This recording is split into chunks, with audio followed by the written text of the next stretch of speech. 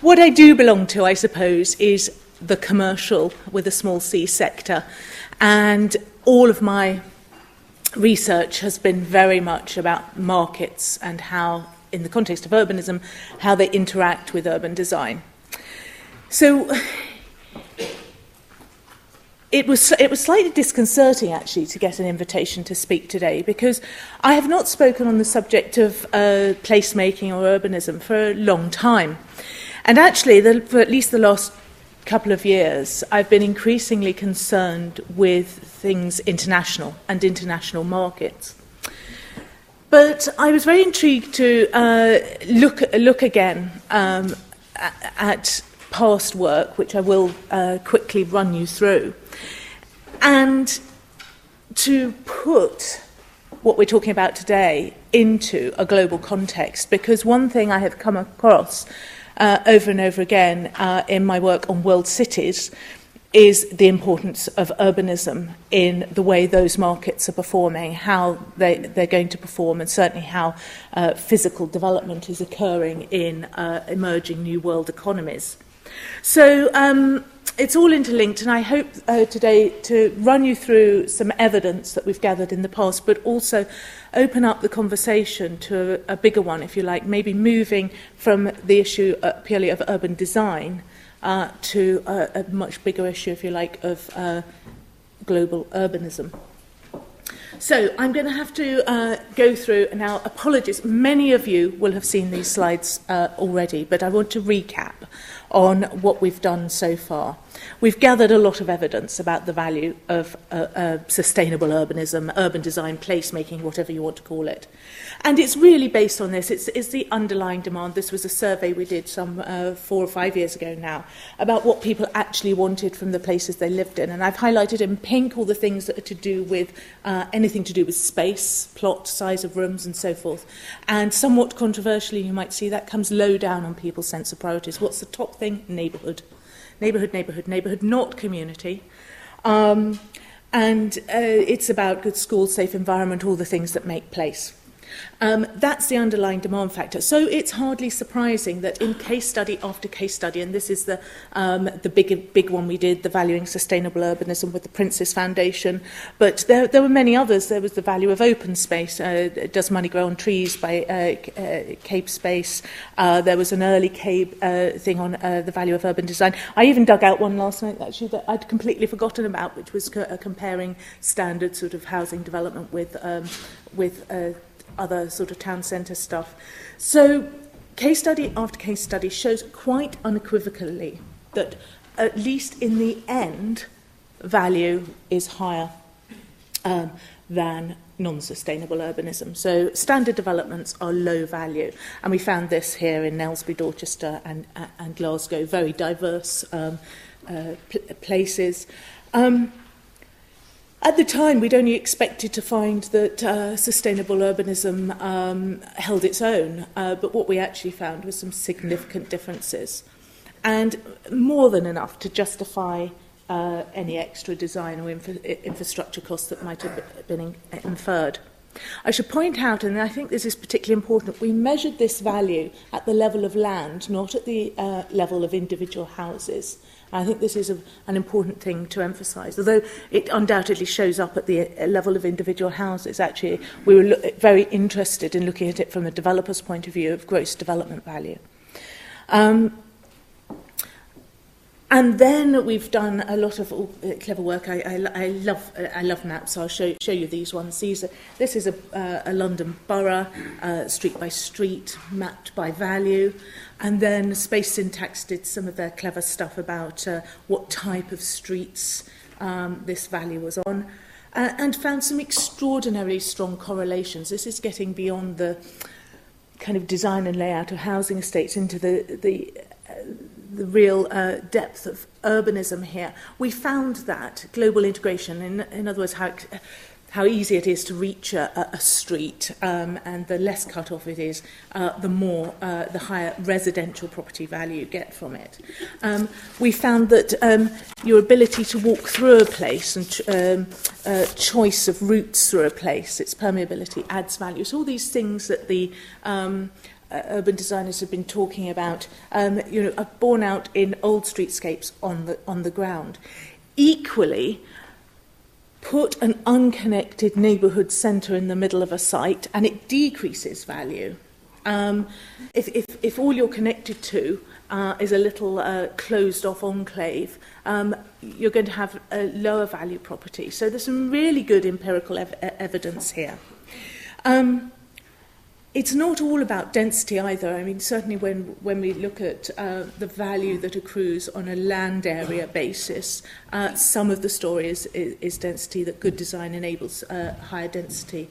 But there seems to be an X factor, if you like, in this. What this chart does is plot boroughs and local authority areas by their gross density along the bottom from low to high, and by value, residential property value, low to high. And not surprisingly, high demand, prime central London is right up there in the top corner in both terms of value and density. Equally, you can find low density, low value. But density doesn't always work. Northern new towns, northern post-industrial towns, relatively high density by national standards, and but not high value.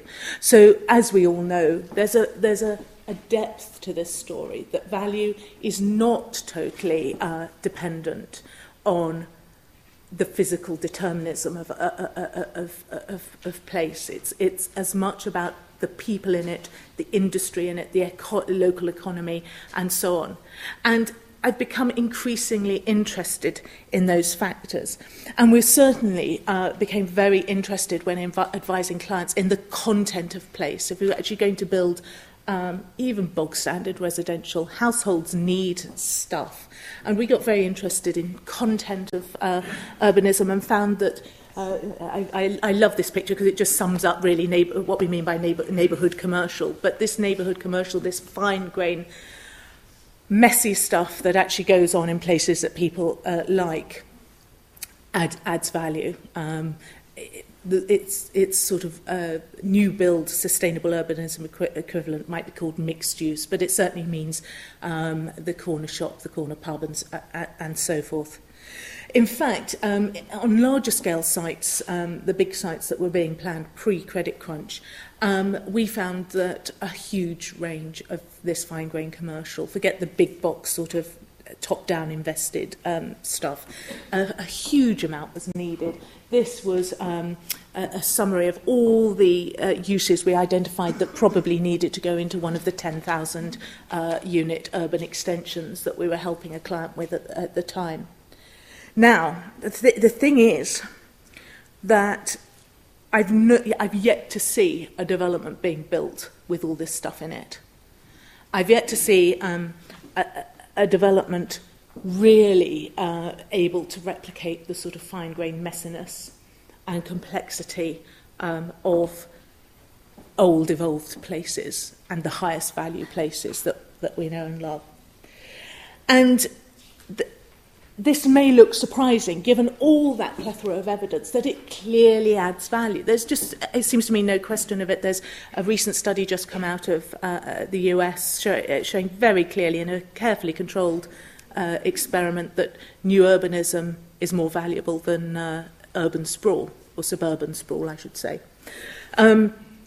So this evidence keeps coming out, and I'm pretty sure if anyone wants to commission me, I'd certainly be able to prove it again, and ongoingly, even post-credit crunch. The question to me then, and the critical question that I want to discuss here, is why it doesn't happen. I think that starts to be the most interesting question, and starts to become particularly difficult to answer. One angle that I've looked at and started to talk about is the difference that I've already alluded to in the way that value is appraised. Over and over again, I look at client schemes where the client's value, the developer's value, is all being appraised on a per square foot basis. So we're concentrating on what's the value of those four walls and the roof, or the apartment block.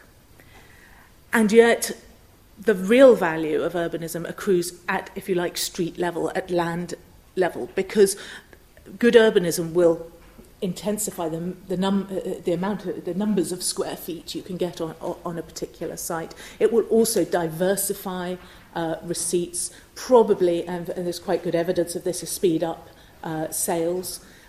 So there are cash flow implications, there are value implications at a much broader level than just a square footage in a particular building. And so we start to point to appraisal systems, our old ways of doing things, as being incredibly important here. And I often say the late 20th century, I think, will increasingly be looked back on as an era when the property industry that had been all about whole place became incredibly segmented, incredibly specialised and siloed, with very little communication between all the different parties. Commercial surveyors not speaking to residential, within residential, the social housing sector not speaking to the private sector or not interacting. And I think what we're seeing in this century is a rejoining of all those different strands, the highway engineers with the building surveyors, with the planners, with the, all those strands coming together. And I think what I'm trying to get over is that, if you like, there's a culture of property that has pulled towards this type of appraisal and a certain result in our built environment. And I think you can characterise also that there's a big question about to whom the value that we've clearly demonstrated in our studies in the past actually accrues. And over and again, we've found that it's more likely to be a landowner that will benefit from the value of urbanism, or an end owner occupier, end users. It's actually very difficult for a speculative house builder, for example, to capture the value, because it tends to be accrued over a longer period of time than standard house building, and because the mechanisms of land release and land purchase and so forth tend to put it back in the hands of a landowner. So if you have an incredibly successful first phase that boosts the value of the property, your next tranche of land is going to cost more, basically. So there's an issue with land. There's also an issue with ongoing ownership and the ability of, or the mechanism. There needs to be a mechanism, therefore, to ongoingly own land, own urbanism, and reap its benefits.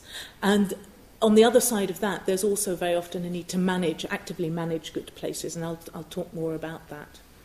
So it's actually, and you know, I could talk about the return on capital employed. I don't mean to in any way to criticise speculative house builders. I think actually speculative house builders do exactly what they're good at and absolutely fulfil a niche. But maybe what I'm saying is that is only a niche.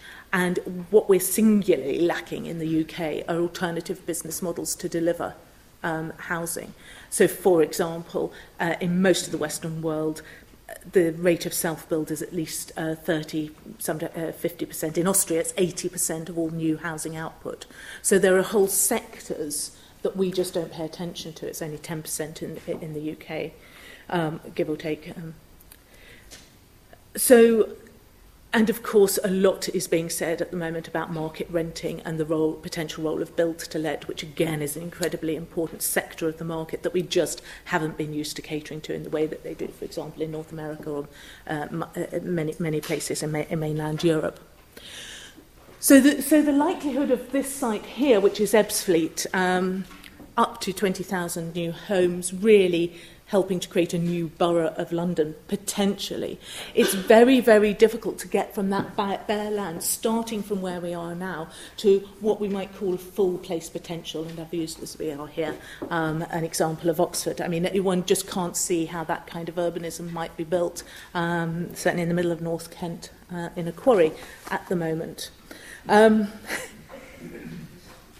Are we just to despair and say, well, we can't do that? Maybe the best we can do is improve the suburban sprawl model and just make things a little bit better, a kind of incremental, starting from the bare land sort of approach. Or do we actually find new ways of, as it were, starting in the future, maybe 50 years, 20 years in the future, and enabling things to happen now that will lead to that, something more like that sort of outcome?